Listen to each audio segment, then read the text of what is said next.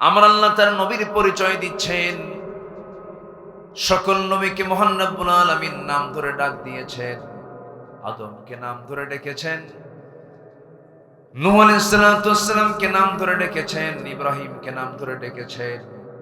কিন্তু যে কোরআন নবীর উপরে নাজিল হলো, সেই কোরআনে আমার আল্লাহ তাআলা একটা বারো আমার নবীকে নাম ধরে একটা জায়গায়ও ডাকেন নাই।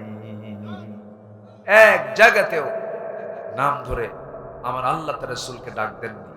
অথচ আমার আল্লাহ হচ্ছেন, তিনি রব। তিনি যাকে তাকে নাম ধরে ডাকতে পারেন। পিতা তার সন্তানকে নাম ধরে ডাকতে পারে, সন্তান কি তার পিতাকে নাম ধরে ডাকতে পারে? না, এটা আদবের খেলাফ হয়। এটা তো এমনও নয় আল্লাহ তার অবস্থান থেকে আমার রাসূলকে নাম ধরে ডাকলে কিছু হতো না, কিন্তু নাম ধরে ডাকেন নাই। আল্লাহ নিজে থেকে সম্মান সূচক শব্দ প্রয়োগ করে ডাক দিয়েছেন। সুবহানাল্লাহ, সুবহানাল্লাহ। আল্লাহ রাব্বুল আলামিন আদমকে ডাক দিয়ে বলছেন, ইয়া আদম উসকুন আনতা ওয়া যাওজুকাল জান্নাহ।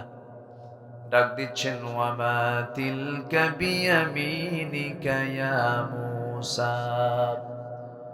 ইয়া ইয়াহইয়া খুযিল কিতাবা বিকুওয়া, ইয়া ইব্রাহিম, ইয়া ঈসা। এরকম করে সব নবীকে আল্লাহ রাব্বুল আলামিন হরফে নিদা প্রয়োগ করে ডাক দিলেন। কিন্তু একটা বারের জন্য আমার আল্লাহ আমার রাসূলকে একটা বারের জন্য ইয়া মুহাম্মদ বলেন নাই। কি সুন্দর করে ডাকতেছেন, যেই জায়গায় নামটা নিয়েছেন সেখানেই তার গুণবাচক শব্দ প্রয়োগ করে ডাক দিচ্ছেন, মুহাম্মাদুর রাসূলুল্লাহ ওয়াল্লাযীনা মাআহু আশিদ্দাউ আলাল কুফফারি রুহামাউ বাইনাহুম তারাহুম রুকআ সুজদান ইয়াবতাগুনা ফাদলান মিনাল্লাহি ওয়া রিদওয়ানা সীমাহুম ফি ফুজুহিহিম মিন আসারিস সুজুদ। জোরে বলুন আল্লাহু আকবার। আরেক জায়গায় ডাক দিচ্ছেন, তার নাম ধরে কি সুন্দর করে তার পরিচয় দিচ্ছেন, ওয়া মা মুহাম্মাদুন ইল্লা রাসূল ক্বাদ খালাত মিন ক্বাবলিহির রাসূল। আরেক জায়গায় ডাক দিচ্ছেন, ইয়া আইয়ুহাল মুসাম্মিলু কুমিল লাইলা ইল্লা কালিলা। আরেক জায়গায় ডাক দিচ্ছেন, ইয়া আইয়ুহার রাসূলু বাল্লিগ মা উনজিলা ইলাইক। যেখান থেকে তেলাওয়াত করছে এখানে আল্লাহ পাক ডাক দিচ্ছেন, ইয়া আইয়ুহান নাবিয়্যু ইন্না আরসালনাকা শাহিদান ওয়া মুবাশশিরান ওয়া নাযীরান ওয়া দাঈয়ান ইলাল্লাহি বিইذনিহি ওয়া সিরাজান মুনীরা। জোরে বলুন আল্লাহু আকবার। যে রাসূলকে আল্লাহ রাব্বুল আলামিন এত সম্মান দিলেন, এত মর্যাদা দিলেন, সেই নবীর নাম, সেই নবীর মর্যাদা আমার আল্লাহ কত উচ্চকিত করেছেন। কিন্তু বিগত সময়গুলোতে আমার দেশে 16 বছর দেখেছি আমার রাসূলকে কটূক্তি করেছে, গালমন্দ করেছে এমন কুলাঙ্গার আমার এই দেশে 16 বছর আমরা দেখেছি। ঠিক কিনা? রাসূলকে বলা হয়েছে জিনাকার মুহাম্মদ। জোরে বলুন নাউযুবিল্লাহ। রাসূলকে বলা হয়েছে নারী পিপাসু মুহাম্মদ। এরকম করে যারা গালি দিয়েছে বিগত 16 বছর আমাদের তালিকা করেছিল। আমি আব্দুল আমিন 116 জন আলেমের ভিতরে আমার নামটাও তালিকাভুক্ত করেছিল। আমরা নাকি দেশদ্রোহী। সম্মানিত বন্ধুগণ, আমরা স্পষ্ট ভাষায় জানান দিতে চাই, আমাকে গালি দিক, আমার বাপকে গালি দিক, এটা আমি সহ্য করতে পারবো, কিন্তু রাসূলকে নিয়ে একটা বাজে উক্তি করবে, আমরা তার জিহ্বা টেনে ছিঁড়ব। এতদিন তালিকা করেছে ওরা আমাদের, এখন সময় এসেছে আমাদের। ঠিক কিনা? যারা কোরআন নিয়ে কথা বলে, বাজে কথা বলে, রাসূলকে নিয়ে বাজে কথা বলে, ইসলামকে নিয়ে কটূক্তি করে, আল্লাহ রাসূলের চরিত্র নিয়ে কথা বলে, আমরা তাফসীর মাহফিলের, ওয়াজ মাহফিলের, মহাসম্মেলনের এই প্ল্যাটফর্ম থেকে জানান দিতে চাই, অবিলম্বে এই সমস্ত কুলাঙ্গারদের ধরে প্রকাশ্যে দিবালোকে ঝুলায় মেরে রক্ত মাংস হাড় হাড্ডি কুত্তা বিলাই দিয়ে খাওয়ানো দরকার। রাজি আছেন কারা কারা? হাত উঁচু করে দেখান মুসলমান।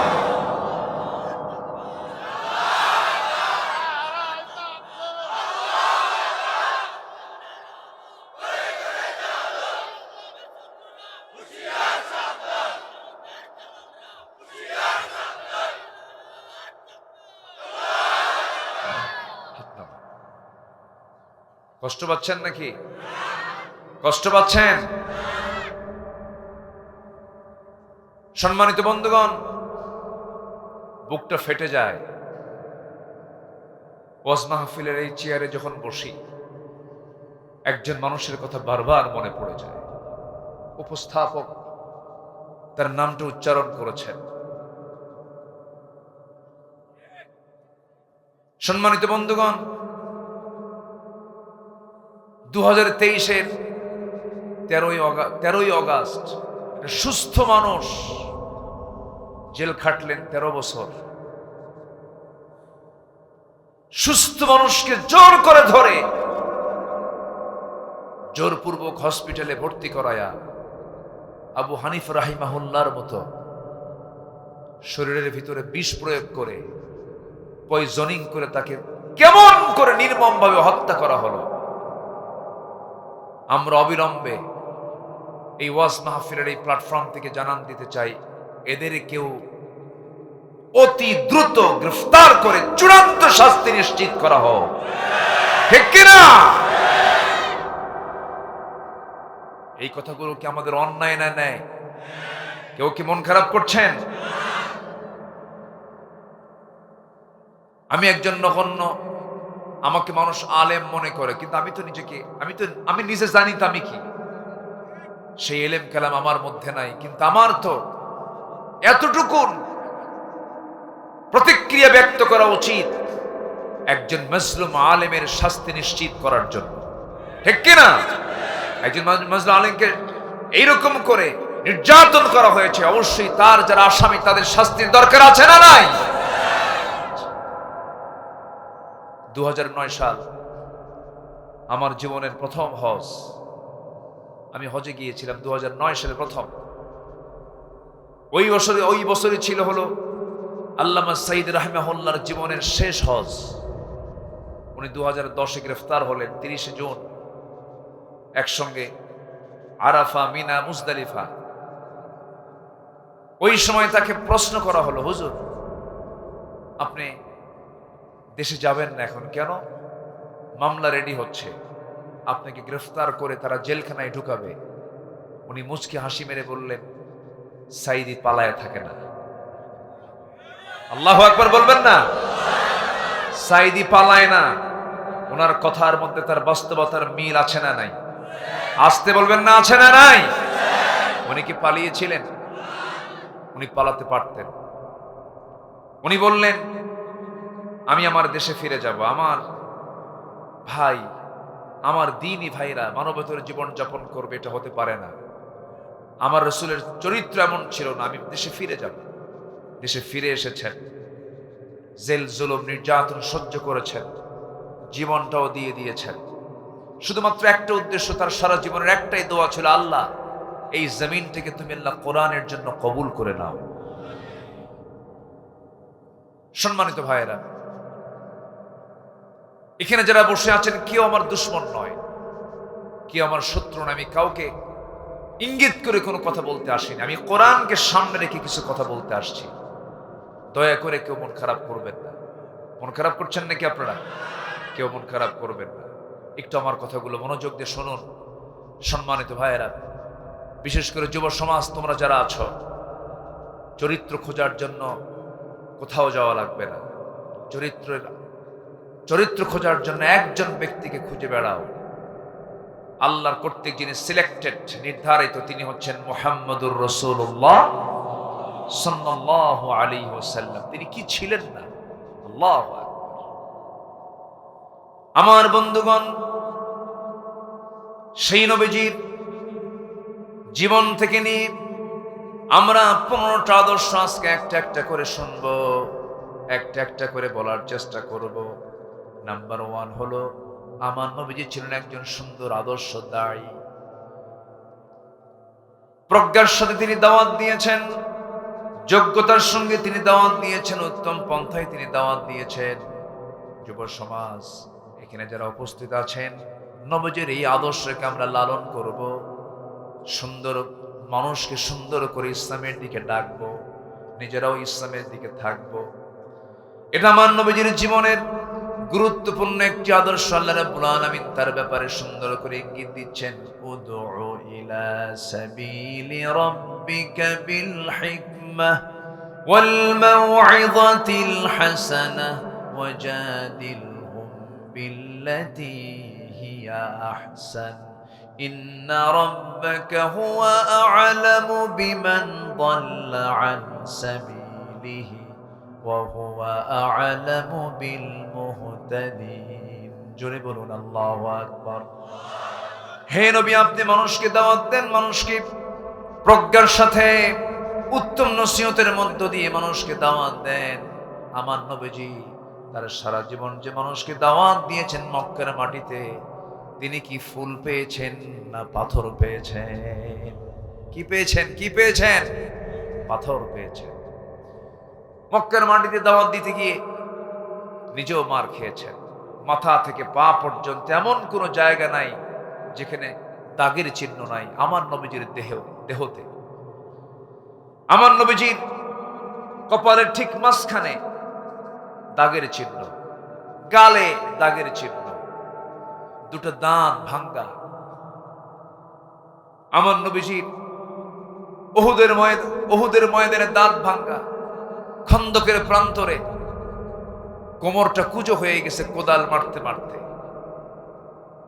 নবুয়তের এই 23 বছরে দিন প্রতিষ্ঠার সংগ্রাম করতে গিয়ে আমার নবীজির দাঁত চলে গেছে, কোমর চলে গেছে, শরীরের প্রত্যেকটা জায়গায় দাগ পড়েছে। শুধুমাত্র একটাই কারণ, সেটা হলো রাসূল চেয়েছেন কোন আইন চলবে না, আইন চলতে হবে কার? আসতে হবে, আইন চলতে হবে কার? রাদিয়াল্লাহু তাআলা আনহু একদিন নামাজের জন্য মক্কার মাটিতে কাবা শরীফের দরজার সামনে গিয়ে নামাজ শুরু করবেন। মক্কার হাওয়া খুব গরম সেই সময়। তখন মক্কার সিটি মেয়র হচ্ছে আবু জাহেল। আমার নবীজির এই প্রিয় সাহাবী রুকু থেকে সেজদার দিকে যখনই গিয়েছেন, উপর্যুপরি হামলা শুরু হয়ে গেছে। নামাজের মধ্যে আক্রমণ, জমিনে ফেলে দিয়া নাকের উপরে খড়ম জুতা দিয়া চাপা দিয়ে তার নাক থেকে রক্ত বের করে দিয়েছে। সেন্সলেস হয়ে পড়ে আছেন তিনি। ওরা ভেবেছে মনে হয় আবু বকর মারাই গেছে। বেশ কিছুক্ষণ তার সেন্স নাই। সেন্স যখন ফিরে আসলো, সাইয়েদনা আবু বকর সিদ্দিক রাদিয়াল্লাহু তাআলা আনহু মনে মনে চিন্তা করলেন, আমার যা হয় হোক, আমি আবু বকর দুনিয়া থেকে বিদায় হলে তেমন কোনো ক্ষতি হবে না। না জেনে এই চোরাগুপ্ত হামলার শিকার আমার নবীজি হলেন। এই চিন্তা মাথায় নিয়ে নিজের বাড়ির দিকে না গিয়ে, নিজের চিন্তা না করে আমার নবীর দরজার সামনে দাঁড়ায় গেলেন। দরজায় ডাক দিলেন, নক করলেন, দরজা খুলে গেল। আমার নবীজি দরজা খুলেই দেখেন বন্ধু আবু বকরের নাক থেকে রক্ত গড়ে গড়ে পড়তেছিল। রাসূল আশ্চর্য হয়ে বলছেন, আবু বকর, এরকম করে তোমার নাক থেকে রক্তগুলো গড়ে গড়ে পড়ে কেন? কি হয়েছিল বলো? তিনি বলছেন, ইয়া রাসূলুল্লাহ, নামাজ পড়তে নিয়ে চোদ্দবার সাহেব আমার নাকটা বোঝা করে দিয়েছে, আমাকে রক্তাক্ত করে দিয়েছে হুজুর। আমার নবীজি বললেন, আবু বকর, কি করা যায় বলো তো? তিনি বলছেন, ইয়া রাসূলুল্লাহ, আমি আমাকে নিয়ে ভাবি না, আমি আপনাকে নিয়ে ভাবি। আমার মন বলছে আজকে তারা আপনাকেও আক্রমণ করতে পারে। এই মুহূর্তে আপনার বাড়ি থাকা যাবে না। চলুন আমরা দুজন মিলে মক্কার বাইরে চলে যাই। আউটসাইডে চলে যাই। রাসূলকে সঙ্গে করে নিয়া রাসূলও সাইয়েদনা আবু বকরকে সঙ্গে করে নিয়ে রওনা দিলেন, মক্কার বাইরের দিকে চলে গেলেন। রক্ত পড়া বন্ধ হয় না। রাসূল ভাবলেন আবু বকর তো মারা যাবে, রক্ত পড়া যদি না বন্ধ হয়। রক্ত শূন্যতা, পানি শূন্যতা বিরাজ করছিল তার দেহের ভিতরে। নবীজি দ্রুত গতিতে মেষের পাল খুঁজলেন, পেলেন না। উটের পাল খুঁজলেন, পেলেন না। দুম্বার পাল খুঁজলেন, পেলেন না। একটা ছোট্ট ছাগলের পাল পেলেন। ছাগলওয়ালার একজন রাখাল ছিল, রাখালকে ডাক দিয়ে বলছেন, রাখাল একটা ছাগি দেবে নাকি? রাখাল বলছে, কেন ছাগি নিয়ে কি করবেন? রাসূল বলছেন, ছাগি যদি দাও দুধ দহন করবো। আমার বন্ধু রক্ত শূন্যতায় ভুগতেছে, আমার বন্ধু মারা যাবে, আমাকে ছোট্ট একটা ছাগি দিয়ে দাও, সুন্দর করে দহন করব, তাকে দুধ পান করাবো। রাখাল বলছে, দেওয়া যাবে না, কারণ আমি যদি আপনাকে এই ছাগিটা দিয়ে দেই, এই ছাগলগুলোর মালিক তো আমি নই, আমানতের খেয়ানত হয়ে যাবে। নবীজি মুস্কি মুস্কি হাসি মেরে বলেন, ভাবেন, আহারে এই মরু অঞ্চলে এই তপ্ত বালুর ভিতরে একজন রাখাল যার ঈমান নাই কিন্তু ঈমানের গুণটা আছে। আর আজকে আমাদের মুসলমানদের মধ্যে ঈমান আছে কিন্তু ঈমানের কি নাই? কি নাই? গুণ নাই। ওজন কম দেয়, আমানতের খেয়ানত করে, জমির আইল ঠেলে, বোনের সম্পত্তি মেরে খায়, মিথ্যা সাক্ষী দেয়, ঠিক কিনা? আমার নবীজি খুব খুশি হয়ে বললেন, রাখাল বড় কোনো ছাগি দেওয়া লাগবে না, ছোট্ট একটা ছাগি দাও, যে ছাগিটার পেটে কোনো বাচ্চা আসে নাই, যে ছাগির ওলানে কখনো দুধ আসে নাই, ছোট্ট একটা ছাগি আমাকে দিলেই হবে।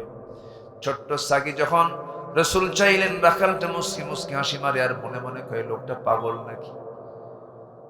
ছোট্ট একটা ছাগি নবীর হাতে দিয়ে ফেলল। নবীজি ছোট্ট ছাগিটা তার দুই পায়ের ঠিক মাঝখান বরাবর নিয়ে নিলেন, কোলের মধ্যে নিয়ে নিয়া ছাগিটার পিছনের দুই দিকের দুইটা পার ঠিক মাঝখান বরাবর, ওলান বরাবর আমার নবীজি তার বরকতি হাতটা রাখলেন। বরকতি হাতটা রেখে যখন বিসমিল্লাহ বলে ফু দিলেন, গোটা ওলান গোটা দুধ ভরপুর হয়ে গেছে। নবীজির মুজিজা প্রকাশ পেয়ে গেল।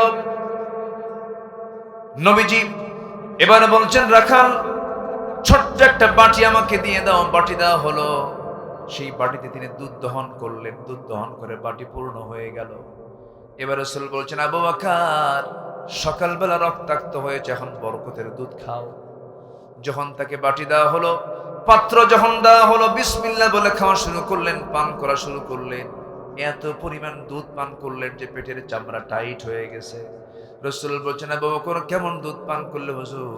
জীবনে এমন দুধ কখনো পান করি নাই, কিন্তু বুঝতে পারলাম না হুজুর, দুধ তো বাটি থেকে, পাত্র থেকে এক চুল পরিমাণ কমলো না। জোরে বলি সুবহানাল্লাহ। আমার নবীজি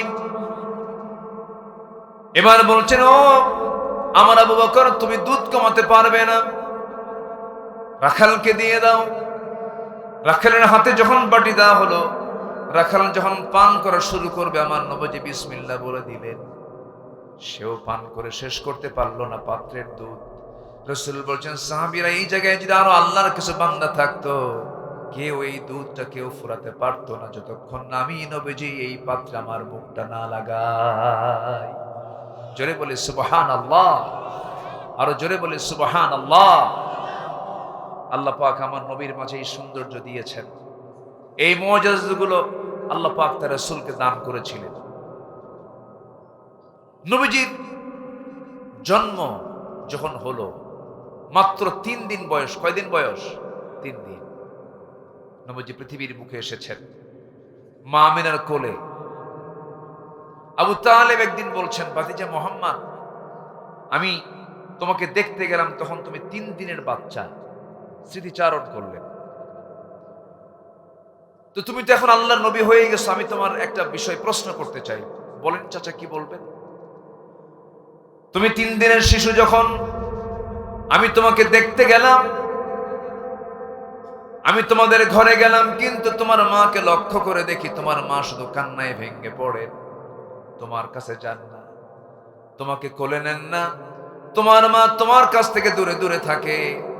তুমি একাকী চাঁদনি আকাশের নিচে শুয়ে আছো, চাঁদনি আকাশের নিচে তুমি দুইটা হাত দুটা পা নড়াচড়া করছো। আমি তোমার দিকে পরখ করলাম, পরখ করে দেখি তোমার ডান হাতটা যখন বাম দিকে নাও, আকাশের চাঁদ ডান থেকে বাম দিকে চলে যায়। তোমার বাম হাত যখন ডান দিকে নাও, আকাশের চাঁদটাও বাম থেকে ডান দিকে চলে যায়। যখন তুমি তোমার দুটা হাত যখন নিচের দিকে নেমে আনো, লক্ষ্য করে দেখলাম আকাশের চাঁদটাও তোমার সঙ্গে সঙ্গে, হাতের সঙ্গে সঙ্গে চাঁদটা নিচের দিকে নেমে আসতেছে। ও ভাতিজা মোহাম্মদ, আমি কি ভুল দেখেছিলাম নাকি? এটি কতটুকু সত্য তুমি আমাকে আজকে বলো। তুমি তো আল্লাহর নবী। রাসূল সঙ্গে সঙ্গে বলছেন, ও চাচা যান, আপনি ওই ছোট্টবেলায় যা দেখেছেন আমার ইতিহাস, আমার ব্যাপারে যা লক্ষ্য করেছেন, আমার মা স্বামীহারা মানুষ ছিলেন। আমার জন্ম যখন হলো, একজন মা সবচাইতে বেশি খুশি হন সেই সন্তানটা তার স্বামীর কোলে যদি তুলে দিতে পারে। কিন্তু আমার মা, আমার যখন জন্ম হয়ে গেছে, সন্তানটা কোলে নিয়ে বারবার স্বামীর কথা মনে হয়, কষ্ট বেড়ে যায়। আমাকে নিতে পারলে তার কষ্টের পরিমাণটা বেড়ে যায়। এই জন্য তিনি আমাকে নিতে চান নাই, আমি তার কোলে থাকতে পারি নাই। সেই জন্য আল্লাহ পাক আমার জন্য ওই শূন্যতা পূরণ করার জন্য আল্লাহ রাব্বুল আলামিন আকাশের চাঁদ আমার জন্য খেলনা বানাইয়া দিয়েছিলেন। জোরে বলি সুবহানাল্লাহ, আর জোরে বলি সুবহানাল্লাহ। সেই নবীজি বলতেছেন, যেই দুধ বাটি থেকে কখনো ফুরাবে না যতক্ষণ না আমি আমার ঠোঁটটা না লাগাবো বাটিতে। নবীজি এবার সবার শেষে দুধ পাত্রে ঠোঁটটা লাগালেন, পান করলেন, দুধ ফুরে গেল। নবীজি আগে খেতেন না খাওয়াতেন? বলেন, আসতে বলবেন না। খেতেন না খাওয়াতেন? এমনকি বাড়ির স্ত্রী পর্যন্ত আম্মা জান আয়েশা বলেন, আমি রাসূলকে কোনো খাবার দিতে গেলে আমি আগে খাওয়াতে পারতাম না। আল্লাহু আকবার, আমি আগে খাওয়াতে পারতাম না। বলতে, হুজুর খান, হুজুর দুধ আনছি, দুধটা পান করুন। রাসূল মুস্কি হাসি মেরে বলতেন, আয়েশা তুমি আগে খাও, এরপর আমি খাবো। আমি আয়েশা নিজে গ্লাসের দুধটা আমি পান করতাম, রাসূল আমাকে দেখতেন। আমি আয়েশা কোন দিকে ঠোঁট লাগাই, রাসূল ঘাড়টা একটু বাঁকা করে দেখে নিতেন, আমি কোন দিকে ঠোঁটটা লাগায় দিয়ে পান করলাম। নবীজি আমার সেই গ্লাসটা যখন নিতেন, যেই দিকে ঠোঁট লাগাতাম, নবীজি সেই দিকে ঠোঁট লাগায় পানি পান করতে। মুহাব্বত কাকে বলে? আমি আয়েশা যখন গোশতগুলো খেতাম, হাড়গুলো চষে চষে রেখে দিতাম, আমার নবীজি সেই হাড়টা চষে চষে রেখে দিতেন। আমার বন্ধুগণ, সারা জীবন নবীজি আগে খাওয়া দিয়েছেন, এরপরে তিনি খেয়েছেন। এটা হলো নেতার বৈশিষ্ট্য। আর আমার দেশের অধিকাংশ নেতাগুলো আগে খায়, আগে খাওয়ায় না, আগে খায়। খাওয়ায় না খায়। শুধু কি খায় না, দেশ থেকে পাচারও করে। পাচারও করে। বলতে গেলেই তো দোষ হয়ে যায়। আমরা কি বলতেও পারবো না? বলার দরকার আছে না নাই? সম্পদ দিয়ে হলোটা কি? কি লাভ হলো? দেশের শীর্ষস্থানীয় একজন ধনী, হ্যাঁ, মুখের দাড়িটা ছিল সুন্নাহ দাড়ি, মুখের দাড়ি সুন্নাহ দাড়ি। সেই দাড়িটা কাটলো কোন কোন মহব্বতে, কোন চেতনায় সে দাড়িটা কেটে ফেলল? কি ঠিক কিনা? ঠিক কিনা? দাড়ি রেখেছি আমরা কার মহব্বতে? নবীর মহব্বতে। রাসূলের মুখে দাড়ি ছিল, আমরা দাড়ি রেখেছি। সেই দাড়িটা কাটলো হলো বাঁচার জন্য, আমাকে যেন কেউ না দেখে দাড়ি কাটলো। মাথার চুল সাদা কালো বানালো, পাঞ্জাবি খুইলা গেঞ্জি পরলো, পাজামা খুলে লুঙ্গি পরলো, নৌকায় চললো বন্ধু নিয়া। কোস্টগার্ড ধরে ফেললো, আইনমন্ত্রীকে ধরে বলল, স্যার আমি চিনছি, চলেন এখন থানায় চলেন। আমি কি একা আসছি? আমি তো একা এখানে আসি না, আমি তো জামাতের সাথে আসছি। কে? কই যে বসে আছে দেখো, কেউ চেনা যায় না তো, মাথার চুল কালো, ভালো করে দেখো, ওটাই দরবেশ। ঠিক কিনা?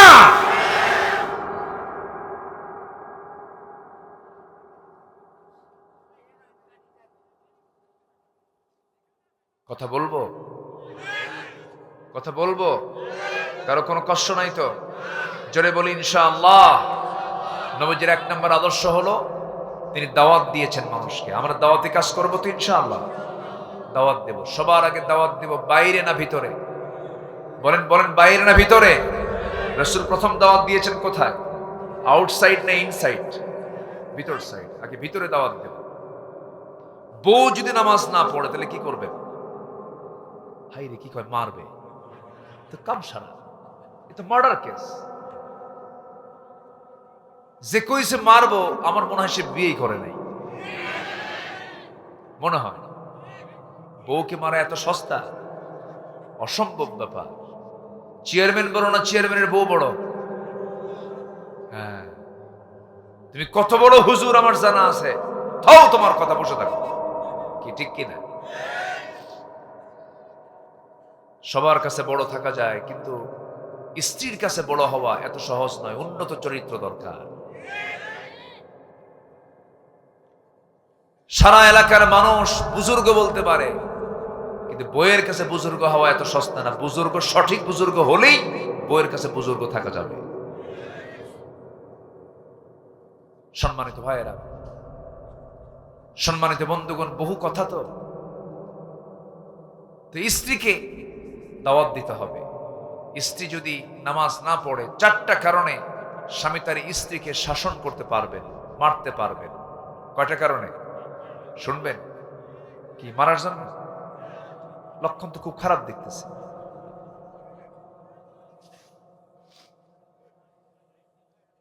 আমার মা আশেপাশে আছে কিনা? আসছে নাকি মায়েরা? আমার আওয়াজ যারা মায়েরা শুনছেন তারা তো এতক্ষণ ভাবতেছেন, হুজুর আপনি তো এতক্ষণ লাইন ভালোই ছিল, কিন্তু আপনি তখন ডেঞ্জারাস পজিশনে আসতেছেন। তাদের কলেজে এখন পানি নাই যে হুজুর এখন মারার অর্ডার দিয়ে গেল। 4টা কারণে স্বামী তার স্ত্রীকে শাসন করতে পারবেন। নাম্বার 1, যদি নামাজ না পড়ে। নাম্বার 2 হলো রমজান মাসের যদি রোজা না রাখে। নাম্বার 3 হলো স্বামীর যদি আনুগত্য না করে। নাম্বার 4 হলো পর্দায় যদি না থাকে, সতীত্বের যদি হেফাজত না করে।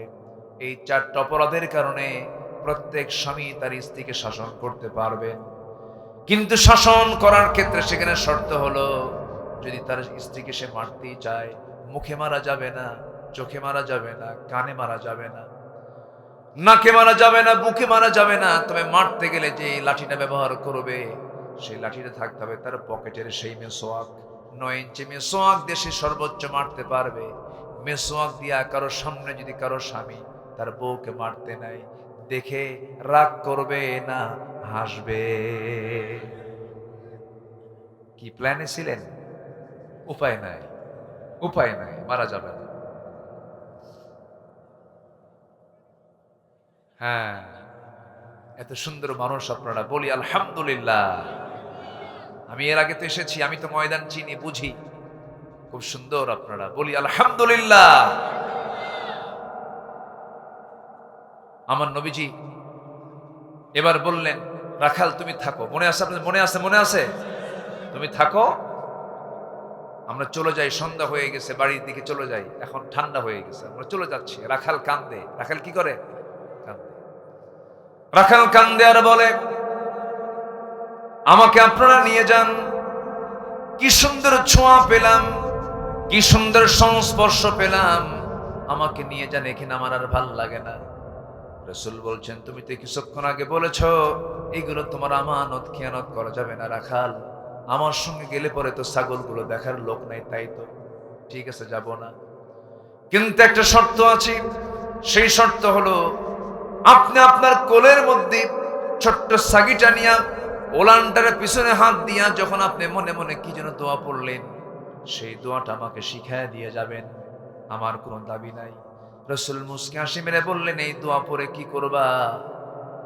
সঙ্গে সঙ্গে বলতেছে, মাঝে মাঝে এই দোয়া পড়ে ফোঁ দিব আর দুধ খাবো। আল্লাহু আকবার বলে। আমার নবীজি বললেন, 1000 বার মুখস্থ করে দোয়া করলে তো কোনো লাভ হবে না, কারণ শিরকিয়াতের পচা দুর্গন্ধ তোমার মধ্যে আছে।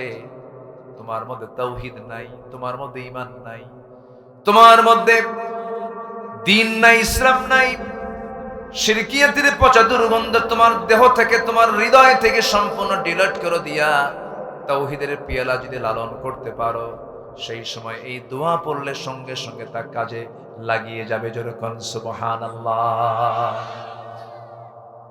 সঙ্গে সঙ্গে সেই রাখালটা নবীজির আপদ মস্তক মাথা থেকে পা পর্যন্ত বারবার দেখের চোখের পানি ফেলে ফেলে কেঁদে কেঁদে বলে, আমার সন্দেহ লাগতেছে আপনি কে?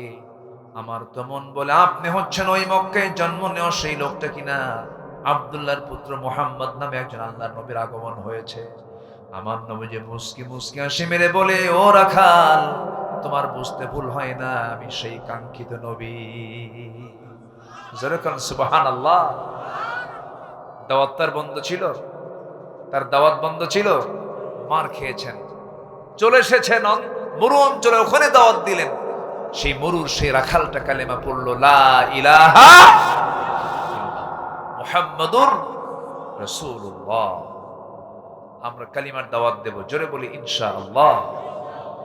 বউ যদি নামাজ না পড়ে বুঝাবো, বলতে হবে আমার স্ত্রী, দুনিয়াতে একই ছাদের নিচে ছিলাম, তোমার দেহ আমার দেহ একাকার করেছি, আমরা জান্নাতে একসঙ্গে থাকতে চাই, নামাজটা পড়ো।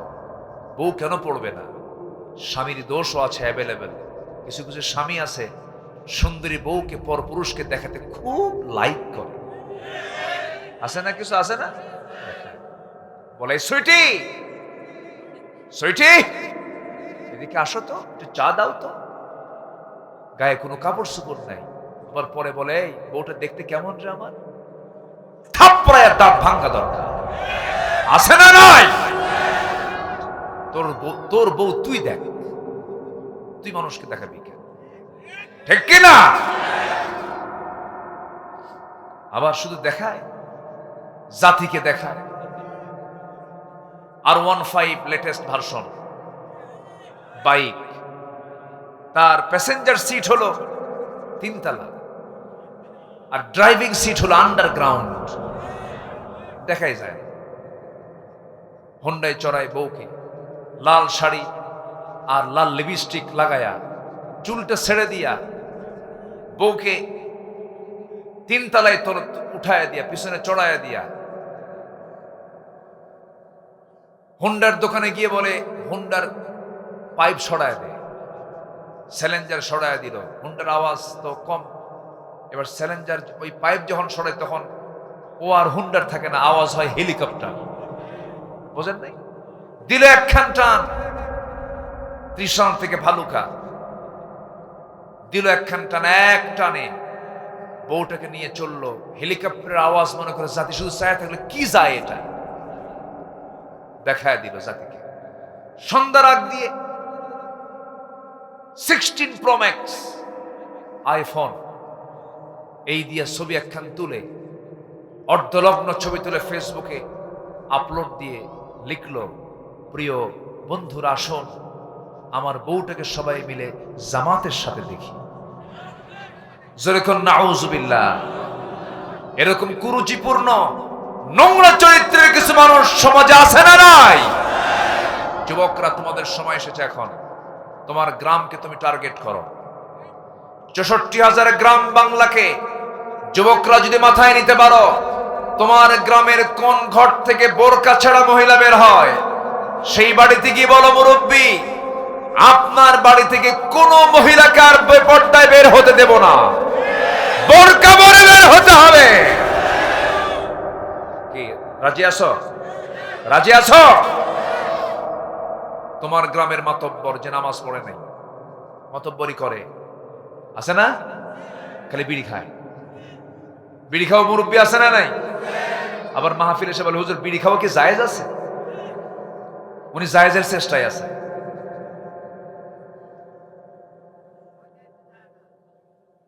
কি বললেন? ও জি, হ্যাঁ, সেটাই তো কথা। বিড়ি কি টান মারে, পুরি এক টানে ধোয়া 3 তলায় পাঠায়, আছে না নাই? টান দিল। শীতের মধ্যে এটার প্রকোপ কমে না বাড়ে? বাড়ে। খুব ঠান্ডা লাগে তো হুজুর, একটু গরম করতেছে, গরম। এ পর্যন্ত যতগুলো বাজেট হয়েছে প্রত্যেকটা বাজেট অর্থমন্ত্রী বিড়ির দাম বাড়াইছে। যারা বিড়ি খায় তারা কয় আরো বাড়া, প্রয়োজনে বাড়ি বেঁচে খাবো। এত নেশা। আল্লাহ তুমি সকল নেশা থেকে জাতিকে হেফাজত করো। জোরে বলি আল্লাহুম্মা আমিন। রাগ করলেন নাকি আপনারা? রাগ করা যাবে না। আমার নবীজির শেষ আমল কি ছিল জানেন? শেষ আমল, সর্বশেষ যে আমলটা ছিল আমার নবীজির মিসওয়াক। কি ছিল? মিসওয়াক। মিসওয়াক করে মুখটা পরিষ্কার করে আমার নবীজি দুনিয়া থেকে বিদায় নিয়েছে। আমার নবীজি যখন মারা যাবেন, আম্মা জান আয়েশার ঘরটাকে তিনি পছন্দ করলেন। বললেন, আয়েশা, আমার গোটা শরীরে প্রচন্ড ব্যথা। ইহুদিরা আমাকে খাবারের মধ্যে বিষ ঢুকে দিয়েছিল, সেই বিষের যন্ত্রণা এখন শুরু হচ্ছে। আমি মনে হয় বাঁচবো না, আমি মনে হয় মারা যাব। এই কথা বলে তিনি শুয়ে পড়লেন। বালিশ আগায় দাও। রাসূল বললেন, না আয়েশা, বালিশটা আগায় দিও না, তোমার উরুটা দাও। মাথায় রাখলেন। বললেন, মাথায় পানি ঢেলে দাও। পানি ঢেলে দেওয়া হলো। হঠাৎ করে সাইয়েদনা বেলাল আজান দিয়েছেন। রাসূল তার অভ্যাস অনুযায়ী তিনি উঠে দাঁড়িয়ে নামাজে যাবেন। ওঠার চেষ্টা করি, মাথা চক্কর মেরে পড়ে যেতে নিলেন। আম্মা জান আয়েশা তাকে চট করে ধরে ফেললেন। আপনি তো পড়ে যাচ্ছেন। রাসূল বলছেন, আয়েশা, মনে হয় আমার জামাতে নামাজ আর হবে না, আমি দুনিয়া থেকে বিদায় নিয়ে নেব। আমার নবীজি বললেন, আয়েশা, নামাজ তো শুরু হয়ে যাবে, কিন্তু ইমাম তো নাই, আমি তো নামাজ পড়াতে পারছি না। তোমার আব্বাকে ডাক দিয়ে বলো আমার মুসাল্লায় যেন সে আমার দায়িত্বটা পালন করে নেয়। ইমাম পাল্টে গেছে। সাহাবে কেরামদের মধ্যে কান্নার রোল পড়ে গেছে। সাহাবীরা হাউমাউ করে কান্দে। আমার নবীজি বললেন, আয়েশা রে, আমার সাহাবীরা কান্নাকাটি করছে, নামাজ পড়তেছে, আমাকে একটু নিয়ে যাও তো জানালার কাছে। তাকে ধরে নিয়ে জানালার কাছে নিয়ে যাওয়া হলো। নবীজি সাহাবে কেরামদের নামাজ দেখতেছেন, আর চোখের কোনা বেয়ে বেয়ে টপ টপ করে পানি পড়ছে। আম্মা জান আয়েশা নবীজির চোখের পানিগুলো মুছে মুছে দিয়ে বলেন, ইয়া রাসূলুল্লাহ, আপনি কাঁদেন কেন? আপনি কেন কান্না করছেন? আপনার সাহাবীরা তো নামাজ আদায় করতেছে। রাসূল বলছেন, আয়েশা রে, এই যে চোখের পানি দেখতেছো, এই চোখের পানি আমার দুঃখের পানি নয়, এই চোখের পানি আমার চরম আনন্দের পানি। কারণ এই নামাজ আজকে স্বাধীনভাবে সবাই নামাজ আদায় করতে পারছে। এই নামাজ কায়েমের সংগ্রাম করতে গিয়া কাফেররা আমার শরীরটা ক্ষত বিক্ষত করে দিয়েছে, মক্কায় মেরেছে আমাকে, এই কাফের মুশরিকরা তায়েফে মেরেছে।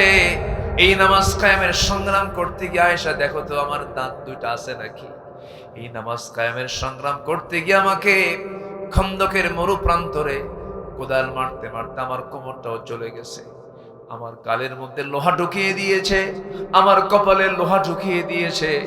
সেই নামাজ আজকে রাষ্ট্রীয় পর্যায়ে কায়েম হয়েছে। এটা আমার চরম আনন্দের চোখের পানি। ওরে আয়েশা, আমি মনে হয় দুনিয়া থেকে বিদায় নিয়ে নেব। মুখটা কেমন যেন গন্ধ গন্ধ মনে হয়। একটা মিসওয়াক এনে দাও তো। মিসওয়াকের জন্য তিনি উঠবেন কেমনে? নবীজি তার উরুতে মাথা রেখে শুয়ে আছেন। ভাইকে ডাক দিয়ে বলছেন, ভাই আব্দুর রহমান, একটা মিসওয়াক এনে দাও। মিসওয়াক এনে দেওয়া হলো। আম্মা জান আয়েশা সিদ্দিকা রাদিয়াল্লাহু তাআলা আনহা মিসওয়াকটাকে চাবায়া চাবায়া নরম করে দিয়া নবীর হাতে তুলে দিলেন, নবী যেন কষ্ট না হয়। নবীজি মুস্কে একখানা হাসি মারলেন।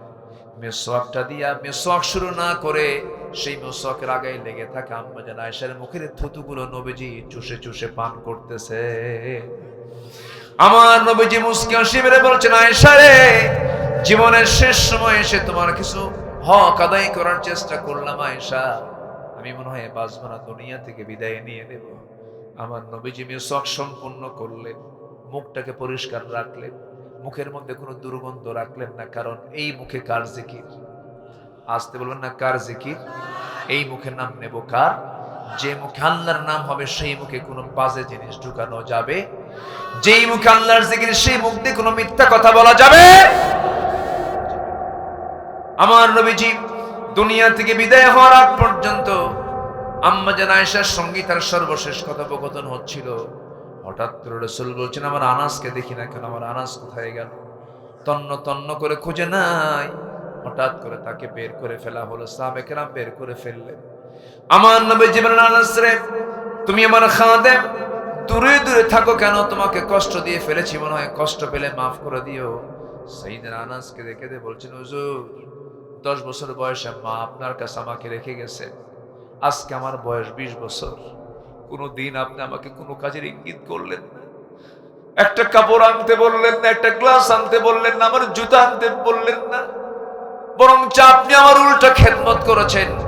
আমার কেবল বয়স হওয়া শুরু হয়েছে, আপনি মারা যাবেন, আমার মন চাচ্ছে আপনি যুগের পর যুগ বেঁচে থাকেন, আমি আনাস আপনার খেদমত করে যাই। আমার নবীজি বললেন, ওরে আনাস, সাকরাতুল মউতের লক্ষণ আমার মধ্যে চলে আসছে, আমি দুনিয়া থেকে বিদায় হয়ে যাব আনাস। তবে আনাস একটা কথা জেনে রেখে দিও, তুমি আমাকে যখন এতটুকু মহব্বত করো, আমি আল্লাহকে বলবো, আল্লাহ আমার জান্নাতের খাদেমটাও যেন আমার আনাস থেকে যায়। আমার নবীজি দুনিয়া থেকে বিদায় হওয়ার আগ মুহূর্তে আমার সোনা আম্মা জান আয়েশাকে ডাক দিয়ে বলছেন, আয়েশা রে, আমি দুনিয়া থেকে বিদায় হয়ে যাচ্ছি, আমার উম্মতকে একটা মেসেজ দিয়ে দিবা, আমার উম্মতরা যেন 5 ওয়াক্ত নামাজ যেন কখনো না ছেড়ে দেয়। সবাই কি নামাজ পড়তে রাজি আছে? সবাই কি নামাজ পড়তে রাজি আছে? 5 ওয়াক্ত নামাজ পড়বেন কারা কারা একটু হাত উঁচু করে দেখা। জোরে বলি ইয়া আল্লাহ, আরো জোরে বলি ইয়া আল্লাহ। আমাদেরকে 5 ওয়াক্ত সালাত আদায় করার তৌফিক তুমি আল্লাহ দিয়া দাও। জোরে বলি আমিন, আরো জোরে আমিন, আরো জোরে আমিন। কষ্ট দিয়ে ফেললাম মনে হয়, এত সুন্দর মানুষ আপনারা, আলহামদুলিল্লাহ। 15টা আদর্শ কেবল চলতেছে, কয় নাম্বার বলেন? দাওয়াতি কাজ। 1 নাম্বার কি বলেন তো? দাওয়াতি কাজ। আরো আছে কয়টা? নুরু, ওয়াজ কি শেষ না শুরু? বহু কথা পড়ে আছে। হ্যাঁ, গোটা রাত, গোটা রাত, সারা রাত শুনবেন আপনারা? থাকেন, আমি যাই। খুব সুন্দর আপনারা বলি আলহামদুলিল্লাহ, জোরে বলি আলহামদুলিল্লাহ। আমার নবীজি বললেন, রাখাল থাকো, চলে যাই। রাখাল বলছে, আমাকে রেখে যাবেন কেন? আমি যেতে চাই। আপনি আল্লাহর নবী, আমাকে পড়ায় দেন লা ইলাহা। জিহাদের ডাক চলে এসেছে, জিহাদের ডাক এসেছে, চল চল রে বীর, জিহাদের ডাক এসেছে, চল। বিয়ের বাজার বন্ধ হয়ে গেছে, সেই টাকা দিয়ে ঘোড়া কিনলেন, তরবারি কিনলেন, টাকা শেষ হয়ে গেল, যুদ্ধে ঝাঁপিয়ে পড়লেন। সেই বিবাহিত, সেই বিয়ে প্রার্থী সাহাবী ওই যুদ্ধে অংশগ্রহণ করে তিনি শাহাদাত বরণ করলেন। নবীর কানে সংবাদ গেল, হুজুর সাদ তো মারা গেছে। কোন সাদ? যে সাদের বিয়ে গতকাল হওয়ার কথা ছিল। নবীজি নিজে দৌড়া গিয়া সাদের সামনে দাঁড়ায় গিয়ে তার চেহারার দিকে তাকায়, একবার হাসেন, একবার কান্দেন। সঙ্গে সঙ্গে সাহাবীরা বলছেন, হুজুর আপনি এমন করেন কেন? কি হয়েছে সাদের?